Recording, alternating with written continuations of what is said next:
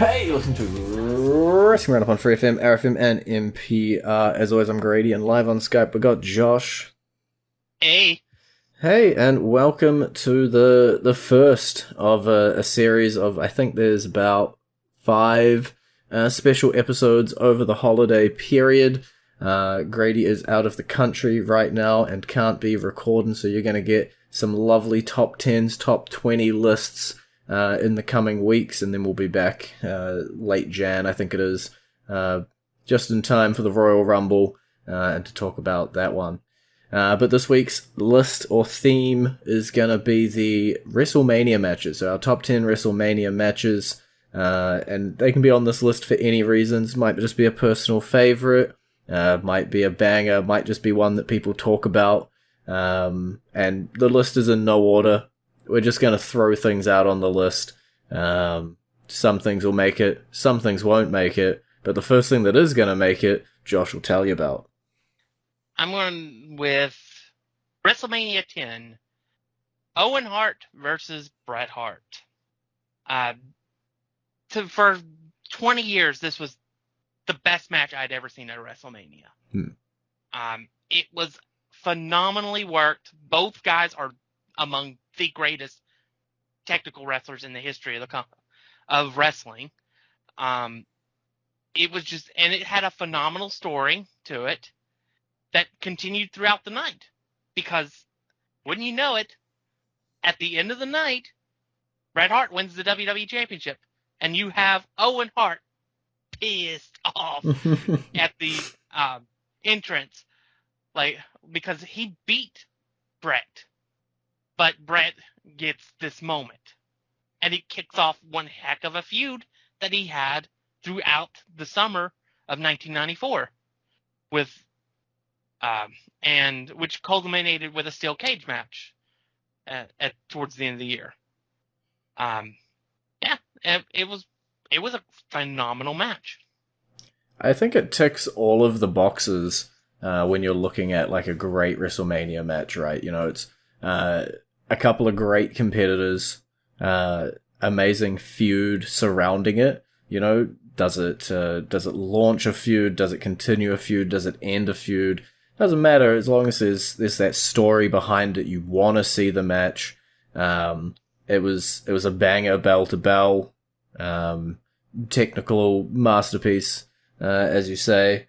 And I think it's always really hard to do lists like these and to not mention ones like that. You know, there'll be ones on here that are on here for pure entertainment value, or not necessarily the wrestling. And I think this one manages to tick all the boxes. You know, it doesn't have to just be an entertainment match. It doesn't just have to be a wrestling match. It can be sports entertainment. Is that a hint to your first pick? Oh, it should have been. That would have been a great segue.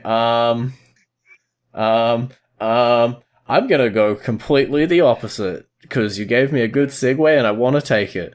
A match that was purely entertainment, because you can't tell me you loved the wrestling from bell to bell. I'm going the Undertaker versus AJ Styles in a boneyard match at WrestleMania 36. This was at the very end of the pandemic era. It was they videotaped most of the match. It was good. It was really good. It told a story. It's technically the Undertaker's last match, even though it wasn't technically a match. And what can you say? It was pretty much what it needed to be. Yeah, I think when you look at the like COVID era stuff, there'll be some things that pop out, like Drew McIntyre, his entire run sort of pops out. But this one for me was, you know, we'd had cinematic matches. We'd dabbled with the concept. Bray Wyatt had done some stuff. But the pandemic era really just let us go wild. And film whatever we wanted. We could pre-record segments, and all of a sudden the sports didn't mean as much. It was a little more entertainment. We could do safer spots. You know, we could put crash pads down and edit it out. We could throw people off the top of Titan Towers. we could do whatever we wanted. And I think that really lent itself well to The Undertaker, a man who had been struggling to put on a great match in the ring. He had some good ones towards the end there, those last sort of 6 to 8 years kind of at WrestleMania, but I feel like, his best years were behind him, and then a concept like this, perfect timing, lets him put on a banger that people remember, match in air quotes, but he still gets to ride off into the sunset with a highlight at the end of his career. Yeah, I agree.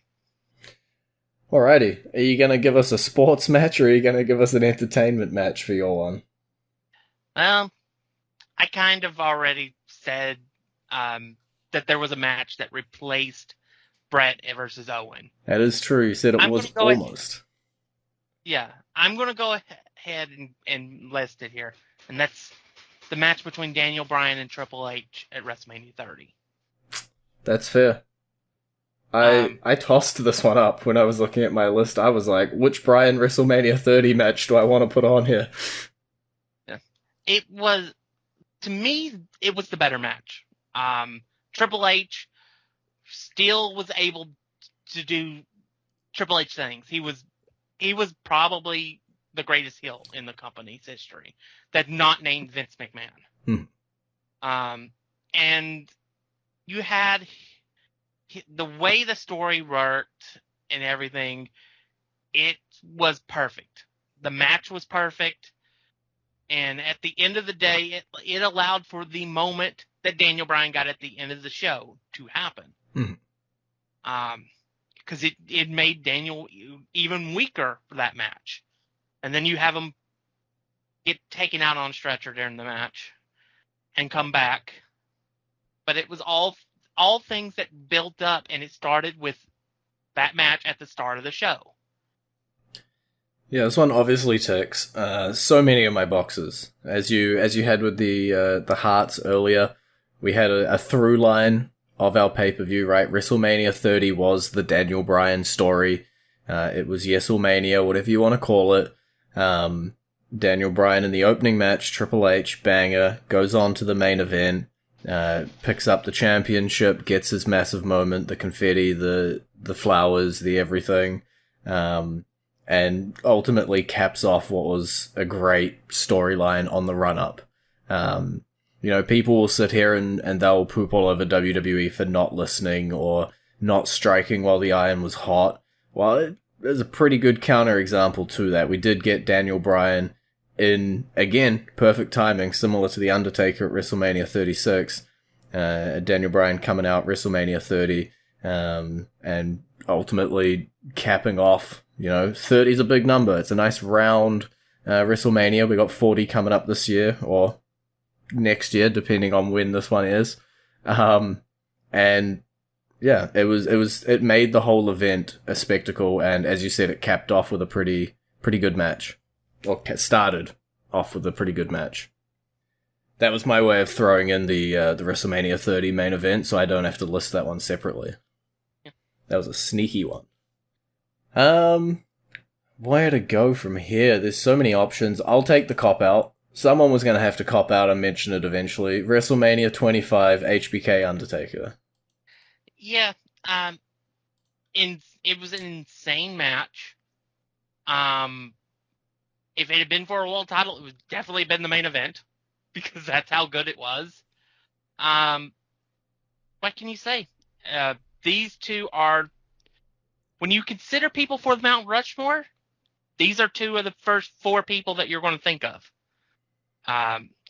HBK, best in-ring worker, showman ever in the company. And then you have the greatest character in the history of the company. And they just tore the absolute house down. There was no way anything could follow it. And unfortunately, we got Randy Orton versus Triple H with a stupid stipulation of if Triple H gets disqualified, he loses the title, which was completely counter to the whole story. Yeah, it made, WrestleMania 25 is this match, right?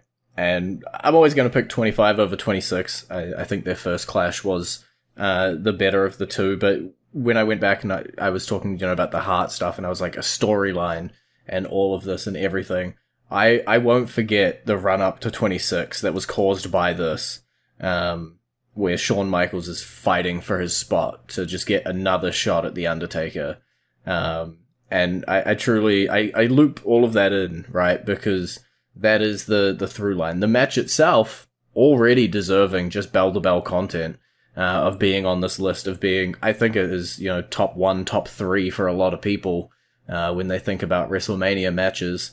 And then, what it did afterwards just elevates it even further, and makes it even more important. I agree. The one issue I had with the match is it popularized the idea that you needed a million finishers to finish a match. That one finisher could not end it. And it had to have that million finishers in order to be a good match. Yeah, it did bring in it was like, I remember doing the prediction cards that people would print out and it'd be like, how many times does this finisher get hit? And you'd be guessing 5 or 6. When, there was a time when one DDT ended a match. Now we've got 16 tombstones. And I think it worked really well in that match. It just shouldn't have been continued. It did not work that well in the following match, though. No. It was definitely overkill in the second match. The first match, the story drove it. The second match, it just too much. Well, what wasn't too much, and we'll be taking your next spot on the list. I'm going to go with Redacted versus Kurt Angle versus Chris Jericho, WrestleMania 16. This won't be a hard one to talk about at all. It was an incredible match that was a beacon in an absolutely horrible WrestleMania.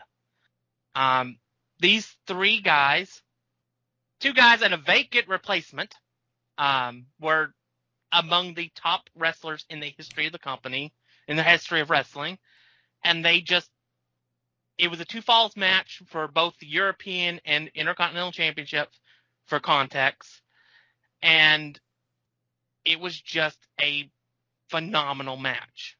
I will always remember that match, even if we can't talk about one of the 3 opponents. Yeah, I'll genericizely talk about all 3 together, because I think you're right. Outside the ring circumstances aside, 3 of the best to ever do it. Full stop. 3 of the best technicians. Angle, absolutely amazing. I'm sure if we were to ever do a top superstars in a future episode, wink wink, he's going to be coming up. And I'm sure if situations were different, so would other people out of that match as well.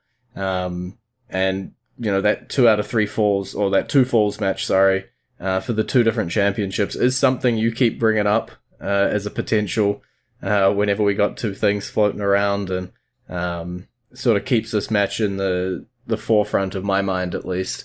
But yeah, these tore the house down. It was such a unique idea.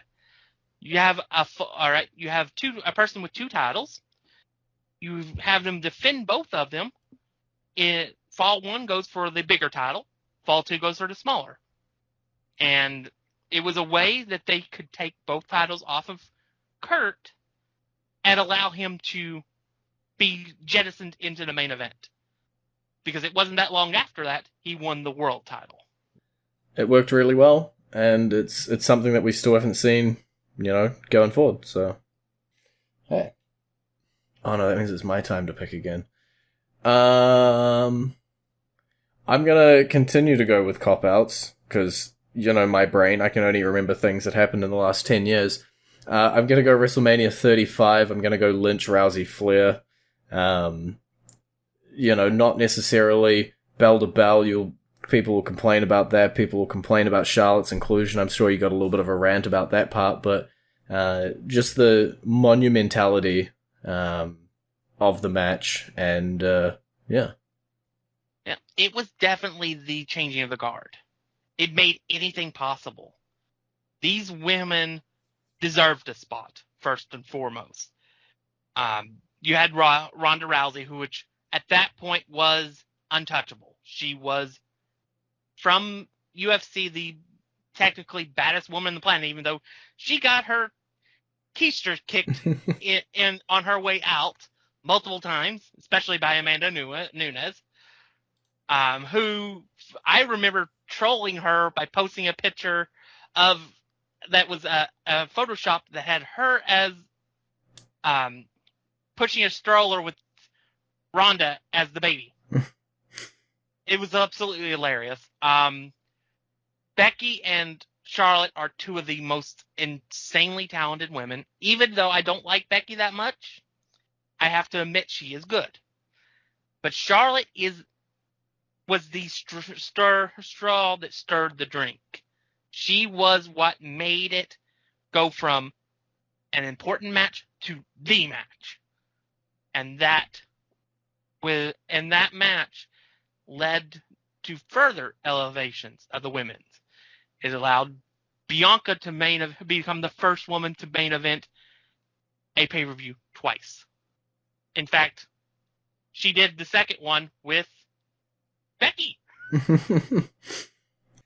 Yeah, I think this was truly, as you say changing the guard. It's when everything just sort of opened wide. We say WrestleMania 25 was HBK Undertaker, WrestleMania 30 was the Daniel Bryan story. WrestleMania 35, it wasn't the beginning, I guess, of the woman's ascension, but it was definitely a massive fire, or more gas on the fire, whatever metaphor you want to use, to ignite it to where we are now, where, yeah, it doesn't matter if you're man, woman, whatever. You can go out there, you can main event WrestleMania, you can main event pay-per-views, you can have the most relevant championship on the show. You just got to go out and do it. Yep. What you got next? I'm going Kurt Angle versus HBK WrestleMania 21 at Hollywood. WrestleMania Goes Hollywood. Again, multiple times we've said it. Banger match. These two are, again, candidates for Mount Rushmore that brought the best match. They stole the show. Yeah, I think, like, what more can we say about Angle and HBK, right? They've both had, this is now their second match on this list when we're talking about just greatest WrestleMania matches.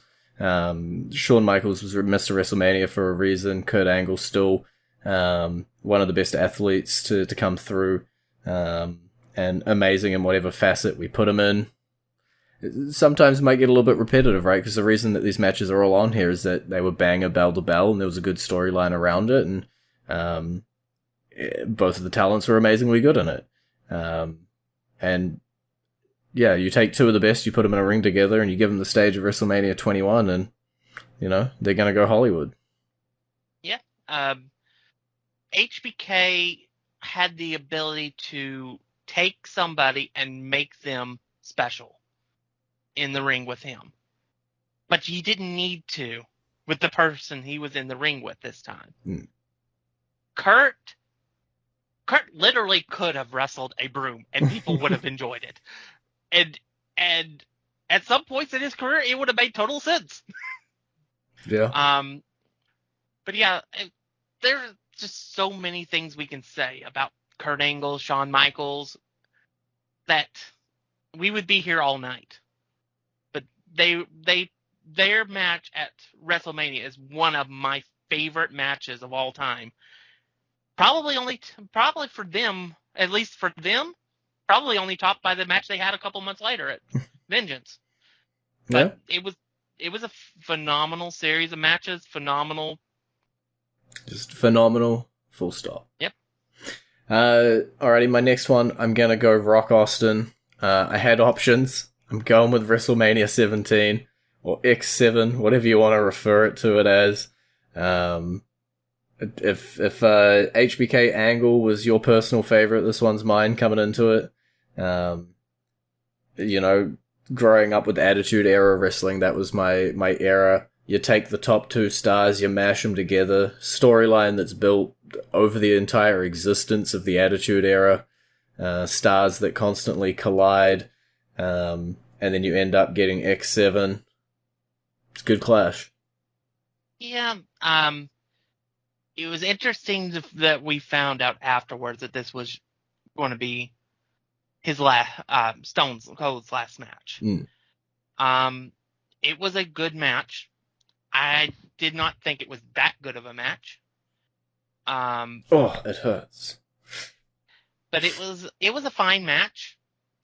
But I think it was also a case where it hamstrung the match that followed it. Because as great as workers as Chris Jericho and Triple H was, that match was not as good as it could have been. And I think ultimately it is what it is. These guys were fine. I was never big on either of them, to be honest. But they were characters and they drove the money. So, and that's the reason why they're the only ones to ever have 3 main events at WrestleMania. Although technically the third was not a main event. Yeah, well, I hate Kurt Angle then. Fine. That's a lie. I don't hate Kurt Angle. But who you got next for the list? Now, you said that my personal favorite was that it's not.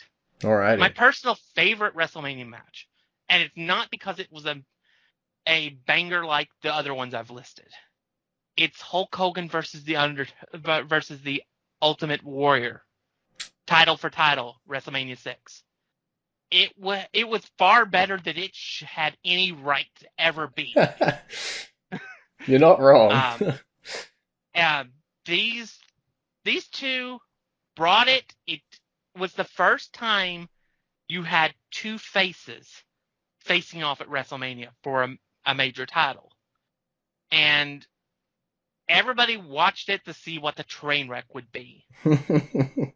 And it turned out to be one of the better matches in the history of the company. It was definitely the second best match the Ultimate Warrior ever had. The best match he had was the year later with Macho Man. And it was one of the best matches Hogan had in his WWE run. So yeah, it's one of my favorite matches, and it's my favorite WrestleMania match. Yeah, I think you're gonna hate me for this comparison. This is similarly to Rock and Austin, right? It is 2 icons in a ring, just smashing it out. You couldn't get more eyes than Hogan Warrior. Maybe Hogan and Macho Man later on, or before this, I don't remember my continuity. But like... Yeah, 2 years earlier. 2 years, there you go. But it's still, 2 massive megastars of the era, getting butts in seats and eyes on television sets. I'm gonna give you the last slot. I'll run down who's left on my list, and I'll give you the last one to pick from. So I basically get to give out honorable mentions. I got TLC 2 at WrestleMania 17, Hogan Andre at 3, Steamboat Savage at 3, and Hart and Stone Cold at 13. But the final match that's going to go on the list, what are you putting on? I'm going to go with, for the Attitude Era, I'm going to go with the most important match in the Attitude Era history. And that is the Hart Austin match. Mm-hmm. That match single-handedly shot Austin to the top of the company. Yeah. It was an element that it was one of the first times the crowd actually turned not just one person, but both people in the match in one fell swoop.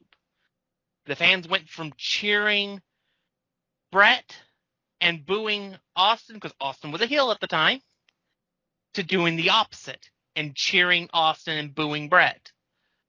And that led us to the whole stuff with Brett being anti-American, and led us down to Montreal, where a certain event happened.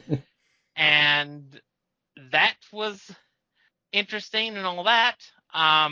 But then you had Austin. He had to take a little bit of time to get to where he was going, but he got elevated. He then worked with Owen, broke his neck, became a character, and stunned a bunch of people. Won a Rumble that he shouldn't have won, but did. The story's a little crazy when you lay it out like this. Yeah, he won the 98 Rumble. He was the last eliminated in the 99 Rumble by Vince McMahon, which led to Austin Rock 2. But yeah, it was a series of events that was triggered by this match and him refusing to give up, refusing to tap out. The image of him writhing in pain with blood boiling down his face is etched in the history of wrestling. People will never forget that. Yeah, there is no Stone Cold Steve Austin if that moment doesn't happen, or it'll take a darn sight longer to get there. Which, then, no massive Attitude Era piece, and the world would have been vastly different had that match not happened or gone the way it did. But that is our last entrant on the list, because we have hit our time. It has been great talking to you. Bye, B. You can visit our Facebook page, facebook.com/wrestling R&D up, or our YouTube, Twitter page, twitter.com/wrestling R&D up, or our YouTube page. That one gets listed third. I remember the order, youtube.com/wrestling R&D up, and we will see you next week.